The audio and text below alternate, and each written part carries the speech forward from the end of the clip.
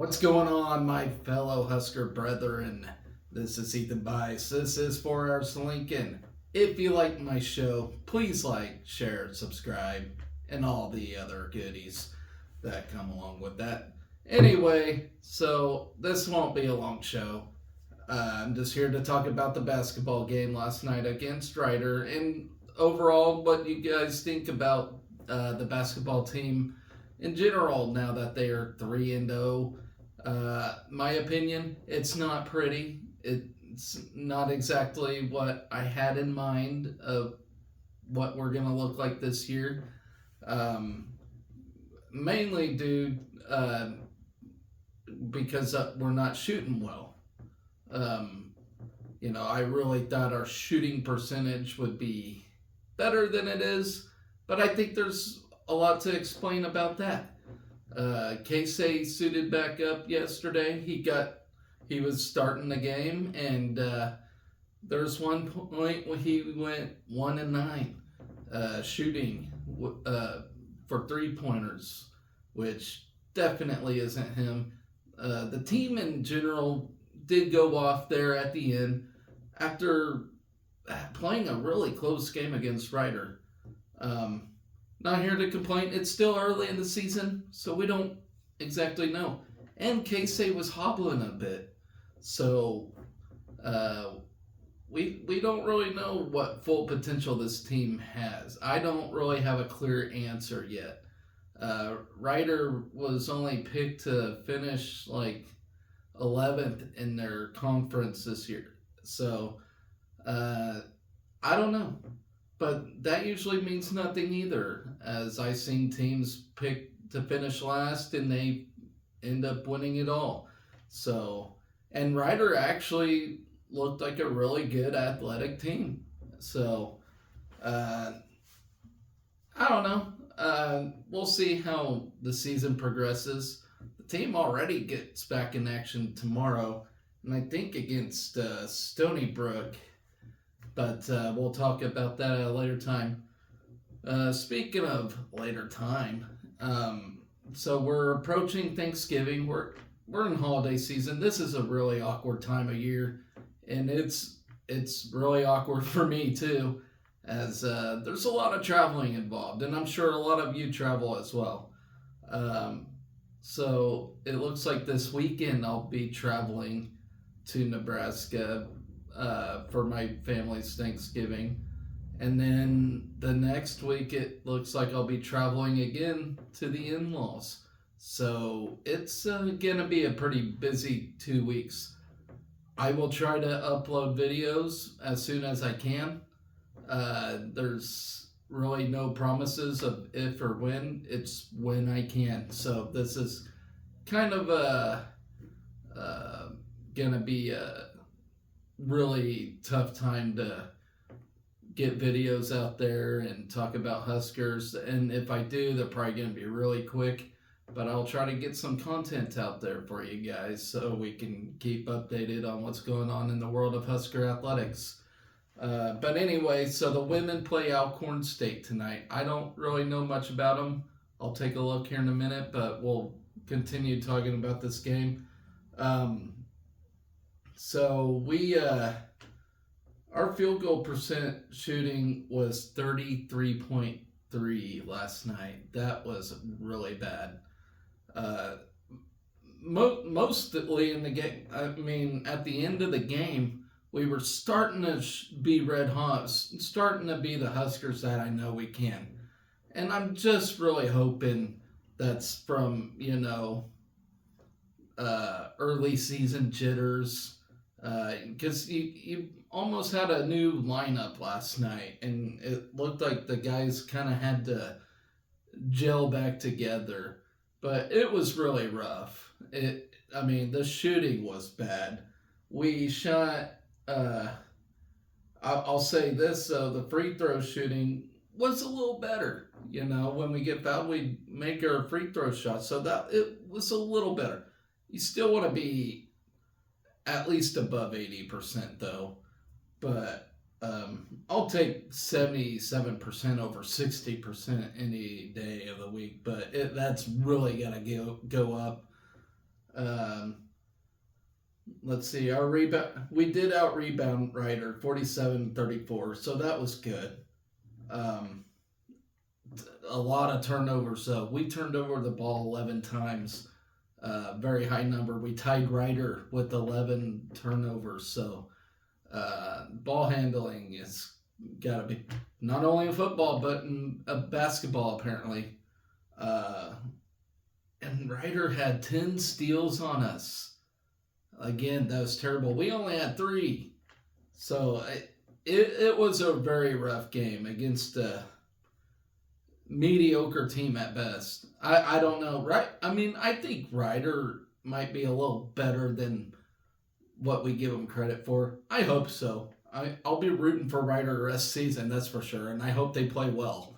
I just really hope they're a NCAA team. They probably won't be, but they played us hard, and I don't think we were really ready for it, you know. And that's the thing. We got to be ready to play anybody at any time. I don't care what their record is, and for any sport. I'm talking about any sport. Don't look at their record.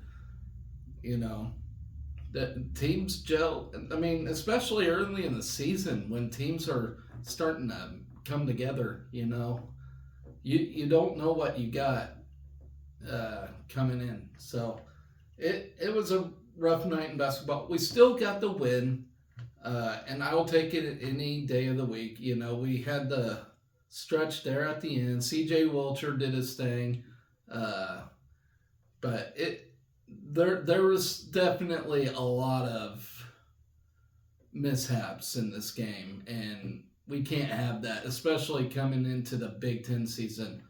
I'm glad we scheduled these easier opponents this year to give our guys a boost of confidence.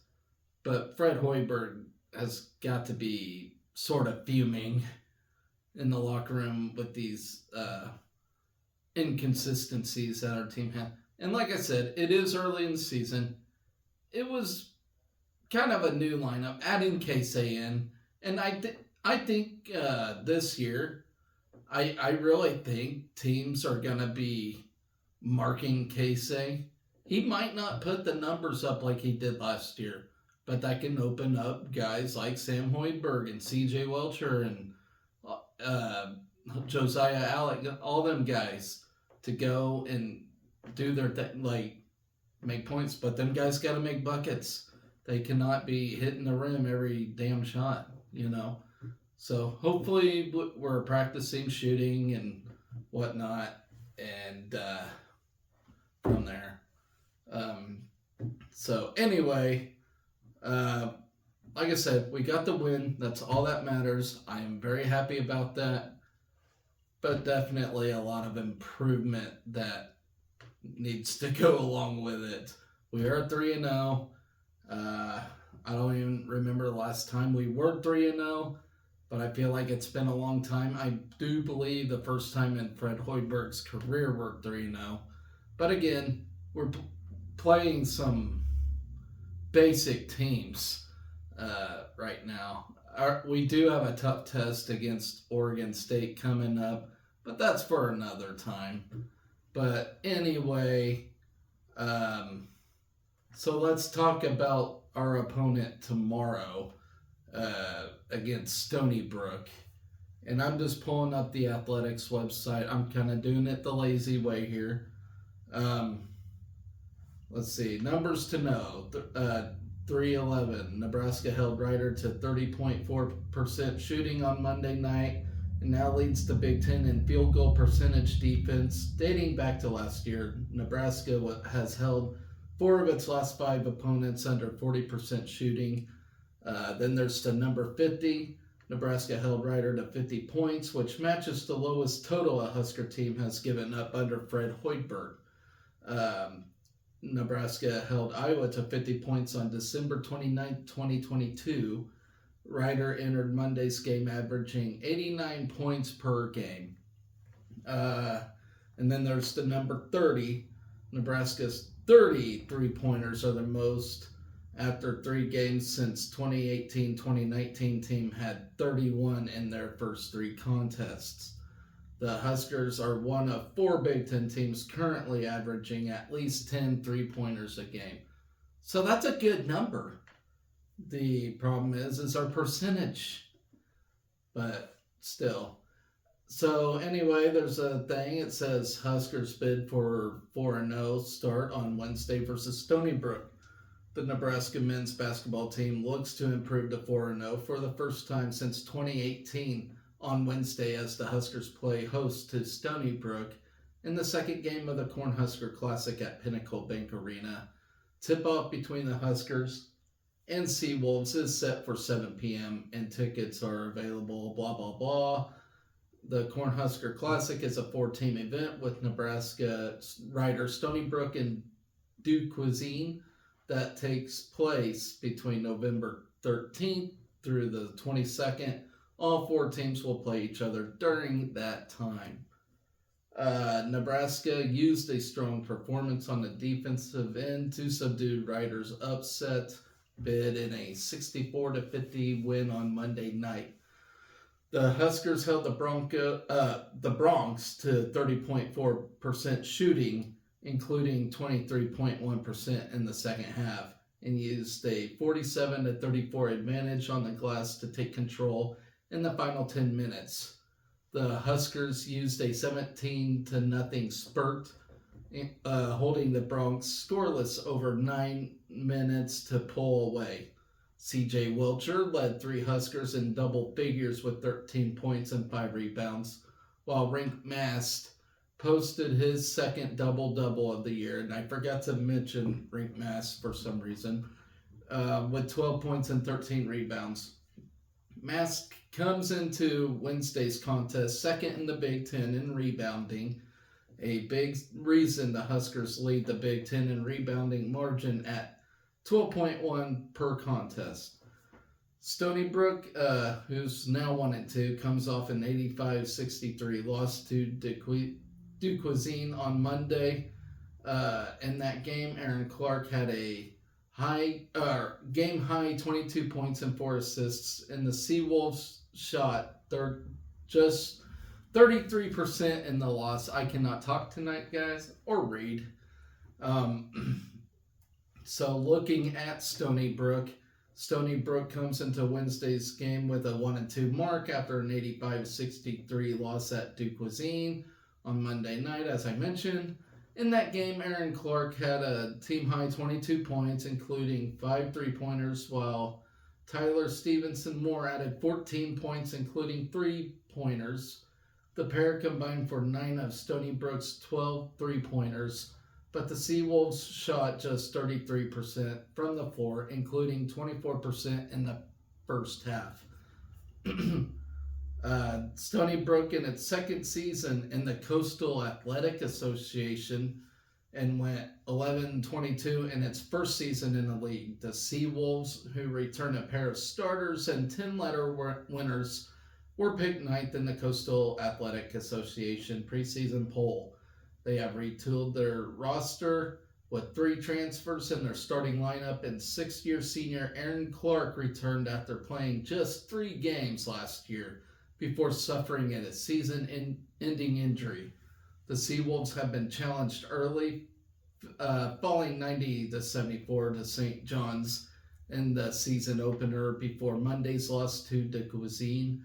Stevenson Moore was a preseason All-CAA pick as he averaged 14.3 points per game last season. Gino Ford in his 5th season in charge of Stony Brook program after serving as an assistant coach for 3 seasons under Jeff Bowles. Ford had previously served as a head coach at Kent State, Bradley, and Muskingum. I have never heard of Muskingum. And Shawnee State. Wednesday's meeting is the first matchup between the Huskers and Stony Brook. Nebraska is 8-1 all-time against CAA teams, but has not met a CAA opponent since 2010. So that's a long time. So that does that. For that, let's talk about tonight's women's game against Alcorn State. And I do apologize, I am doing this video late, so you might be getting this info after the game, but I'm gonna put it out there anyway because I like to talk about what goes on during the week. But so tonight we play Alcorn State. Uh, I can't find the preview anywhere, guys. Give me a minute. Okay. So we are back home battling the Alcorn Braves. And Alcorn, I always want to say Acorn when I see them. But anyway, so we play them at 7. Of it, it will be on BTN Plus. So we improved to 2-0 after beating Wyoming. What was it? Friday night. And Cowgirls, I guess, were in the second round of the WNIT last year. So it's not like we beat a PUD. Alexis Markowski led the Huskers with game highs of 17 points and 13 rebounds to notch her first double-double of the season and 22nd of her career. Not a surprise, honestly. Markowski scored the first 10 points of a decisive 19-2 Nebraska surge to close the third quarter and start the fourth, turning a 4-point lead into a 21-point cushion midway through the final period. Markowski is averaging a double-double with 15 points and 10.5 rebounds through 2 games. So let's look at Alcorn State, I guess. Let's see. Okay. So Alcorn State returns 4 starters and its top 4 scorers from a team that finished 12-7 overall and 8-10 in the SWAC last year. The Lady Braves opened this season with a 77-42 loss at Mississippi State.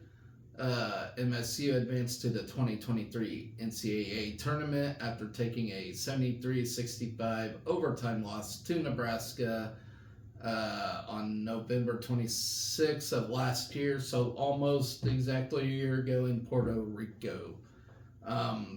Destiny Brown, a 6'3" junior forward and preseason all-SWAC selection, managed just 3 points and 7 boards in the loss to the Bulldogs. Last season, Brown led the Lady Braves with 13.6 points, 8.4 rebounds, and 2.3 blocks per game. Alcorn State was led in the opener by 5'6" junior guard Zynia White. Man, I hate names. Who had 11 points and 5 rebounds. White averaged 9.5 points and 2.9 rebounds a year ago as a starter. Nakia Cheatham, a 6'0" senior guard forward, added 8 points and 4 boards. Cheatham averaged 7.1 points and 6.0 rebounds as a regular starter last season. Kiara Henderson, a 5'9" senior starter, pitched in 5 points and 7 rebounds. She averaged 5.1 points and 4.4 boards, primarily off the bench last season. Senior guard Ashanti Backus rounded out the Alcorn State starting 5 with 3 points. She made 6 starts last season, but averaged just 2.1 points per game. Acriel Ford contributed 8 points and 7 rebounds off the bench. The 6'2" graduate forward is in her 3rd season with Alcorn State. She averaged 3.3 points and 2.3 rebounds a year ago. Senior Jeanne Anderson and sophomore Jasmine Jackson were the only other Lady Braves to find the scoring column against Mississippi State. Returning starter Tigene Wright, these names, man, did not play in the opening loss to Mississippi State. The only regular starter lost from last year's Alcorn State squad is Kayla Obillo, who averaged 6.9 points, 2.8 rebounds, and team bests of 3.6 assists and 1.9 steals per game. So, in general, we should be 3-0 after this game tonight. But yeah, This ladies squad looks super special. They struggled a little bit against Wyoming on Friday night, but I think they're looking to rebound and put up an impressive showing tonight. So that does that for hoop sports for now. Let's talk about what's on the rest of the schedule for this week. And like I mentioned, it's gonna be a pretty hectic couple of weeks for me. Tomorrow's not promised. My wife's got friends coming over, and I'm probably gonna be out in the shop somewhere or something, having some kind of ladies, and I don't know. So there's that. So we got the Stony Brook game tomorrow. Thursday, nothing. Which I may do a show on Thursday and try to catch our breath here. So then Friday, I'm hoping that I travel to Nebraska on Saturday. So Friday night I can stay home and watch the soccer game as we take on Tennessee in the NCAA tournament here. We're in the second round of it. We're hosting, which is great. So at 7 p.m., 3:30 p.m. is the UC Irvine and Gonzaga game. If you don't remember, we beat Gonzaga earlier this year. We were up 3-0 on them. They were starting to come back and try to beat it, and I was actually kind of worried. So we did beat Gonzaga once, so that's awesome. So it really gives me some hope. If you look at the tournament, and I wish I could pull it up, but I'm not tech savvy enough yet anyway. But if you look at the tournament, it looks like we got out of all the regions, so to speak, it looks like we might have the easier path to make the Final Four. I mean, in hindsight, it looks like we have the best path to make it there. Tennessee is unranked. They beat number 4 Xavier the last time out, Now, I did watch that game. Tennessee looks fast. We got fast girls, but they look fast. But they're not clumsy like we can be. So I'm not saying Tennessee's going to be easy by any means, by any stretch. I'm not saying that at all. They're going to be a tough team, especially because when they kick the ball around, I mean, they don't stumble like we do. And believe me, we stumble a lot. Look out. Tennessee can make a pretty decent run in this thing, too. We do host rounds 2 and 3, and it's awesome we host. That gives us a great advantage to at least make the Sweet 16, But, yeah, look out. I can't wait. So that's on Friday night.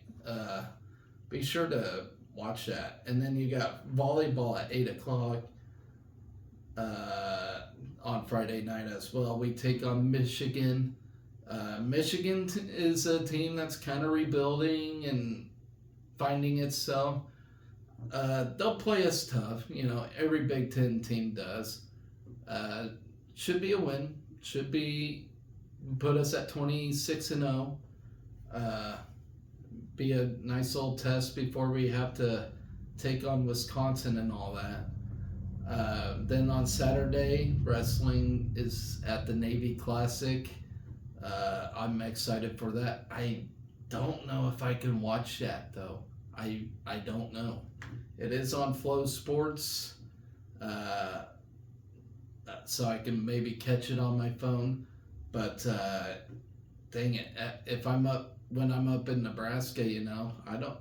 And it's rural Nebraska, so I might not even get any good cell service. So, and out of all the sports, wrestling is what I like to watch the most. But I don't know if I get to catch any of that action or not. I'll just probably have to read about it. But so we got that, and a great way for everybody to get some mat time because Lord knows we need it. I'm not so sure like what all teams are in it necessarily. I know there are collegiate teams. I don't think it's like that. What was it? Colgate Classic where a high schooler beat Matt Ramos. That would be embarrassing. And Matt Ramos was the number one guy in the nation in college wrestling. I don't know where that puts him now, or if that changes anything. Because I don't know if that I don't know, but that would really sting. I would hate that. But so the Navy Classic won't be like that. Of course, it'll be in Minneapolis Annapolis. Sorry, Annapolis, Maryland. At the Navy place, Naval Academy. There we go. So it'll be there, and that's just a 1-day tournament. So, and then on Saturday as well, swimming and diving at Omaha. Give our girls a chance to fix things. I forgot to mention the swimming and diving on Wednesday at the Mizzou invite. It's diving only, so our divers will be in a nice big tournament, and hopefully they get some experience in that. But anyway, so the whole entire swimming and diving team will be at Omaha on Saturday. That starts at 11. Then at 3 o'clock on Saturday, we take on Oregon State for basketball, which should be our first big test of the season. So knock on wood. Hopefully we come out of there with a win. It's actually at Sioux Falls, South Dakota. I don't know if there's some kind of classic there or not, but it's in the middle of our Cornhusker Classic. But I don't know. Basketball is weird to me like that sometimes. So then on Saturday, football at Wisconsin. Of course, we're still looking to make a bowl game. Again, it's winnable. I've said all along, these games are winnable, but they're not guaranteed,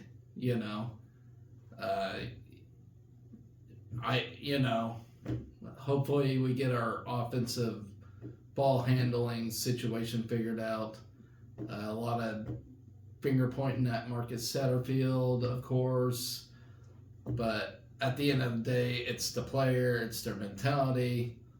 They're the ones that gotta hold on to the ball, If we do something like that, just hold on to the damn ball, I think we would be a much different team with a much different record than what we are right now.